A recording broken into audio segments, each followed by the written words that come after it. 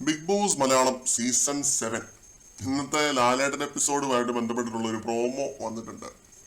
അനീഷിനോട് വളരെ രോഷാകുലനായിട്ട് നിന്ന് ലാലേട്ടൻ ചോദിക്കുകയാണ്, പി ആർ എന്താണെന്ന് അനീഷിന് അറിയില്ലേ? പി ആർ എന്താണെന്ന് അറിയാത്ത ഒരാളുണ്ട് നിങ്ങളുടെ കൂട്ടത്തിൽ, അത് അനീഷാണ് എന്ന് പറഞ്ഞിട്ട് അനീഷിനെ ഇനിയിപ്പിച്ച് നിർത്തുന്നു. പിന്നെ 3 ദിവസം മുമ്പാണോ കോള് വന്നത്? 12 ദിവസം മുമ്പല്ലേ കോള് വന്നത്? തെളിവ് ഞാൻ കാണിച്ചു തരട്ടെ എന്നൊക്കെ പറഞ്ഞിട്ട് ലാലേട്ടൻ കലിപ്പിക്കുന്നുണ്ട് അനീഷിന്റെ അടുത്ത്. അനീഷ് ഞെട്ടി തരിച്ച് നിൽക്കുന്നുണ്ട്, ഞാൻ എന്തുവാ ചെയ്തേ ലാലേട്ട. ഇതാണ് ഈ ഒരു പ്രോമോ. ഇതിനെപ്പറ്റി നമ്മൾ കൂടുതലായിട്ടൊന്നും സംസാരിക്കുന്നില്ല, കാരണം എപ്പിസോഡിൽ ഈ ഒരു സംഭവം, ഈ ഒരു ഡിസ്കഷൻ എങ്ങനെ പോകുന്നു എന്നുള്ളത് ആദ്യം അറിയണം. അത് അറിഞ്ഞിട്ട് വേണം സംസാരിക്കാനായിട്ട്. ഇപ്പൊ എനിക്ക് തോന്നുന്ന ഒരു കാര്യം എന്താണെന്ന് വെച്ച് കഴിഞ്ഞാൽ, ഈ കഴിഞ്ഞ ആഴ്ച ഒരു വളരെ സംഭവബഹുലമായ ഒരു ആഴ്ചയായിരുന്നു. സംഭവങ്ങൾക്കൊന്നും ഒരു കുറവും ഇല്ലാത്തൊരാഴ്ചയായിരുന്നു. ഫിസിക്കൽ അസോൾട്ട് വരെ നടന്ന ഒരാഴ്ചയാണ്.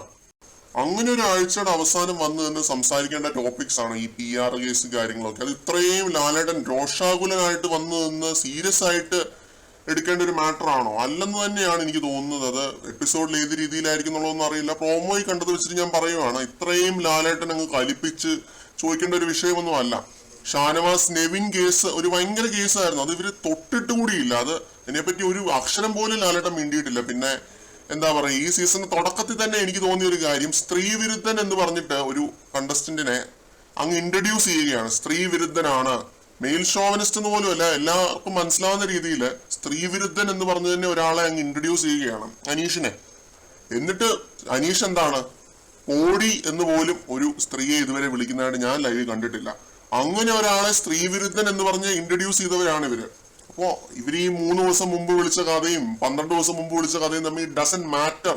ഇത് പ്രേക്ഷകരെ ബാധിക്കുന്ന കാര്യങ്ങളൊന്നും അല്ല. എത്ര ദിവസം മുമ്പ് വിളിച്ച പ്രേക്ഷകർക്ക് എന്താണ് അതിന് തെളിവ് ലാലേട്ടൻ കാണിക്കുന്നത്? കാണിക്കില്ല ലാലേട്ടാ, വി ഡോണ്ട് കെയർ. ഇത് പുറത്തെ കേസ് വരെ നിങ്ങൾ ചർച്ച ചെയ്യുന്നുണ്ടെന്നുണ്ടെങ്കിൽ, ഷാനവാസ് നെവിൻ ഇഷ്യൂ, പിന്നെ ഈ ഒരു ഫിസിക്കൽ അസോൾട്ട്, ഇതൊക്കെ നിങ്ങൾ ചർച്ച ചെയ്യണം. അനീഷ് എന്തോ വലിയ അപരാധം ചെയ്തു എന്ന് നിങ്ങൾ വരുത്തി തീർക്കാൻ ശ്രമിക്കുന്നത് ആരെ സംരക്ഷിക്കാൻ വേണ്ടിയാണ്? ആരെ സപ്പോർട്ട് ചെയ്യാനുള്ള അജണ്ടയാണ് ഇതൊക്കെ? ആരെ ജയിപ്പിക്കാനുള്ള അജണ്ടയാണ്? ഈ വിജയകിരീടം ആർക്ക് കൊടുക്കാൻ വേണ്ടിയിട്ടാണ് നിങ്ങൾ ഇങ്ങനെയൊക്കെ ചെയ്യുന്നത്? എനിക്കതാണ് അറിയാൻ മേലാത്തത്.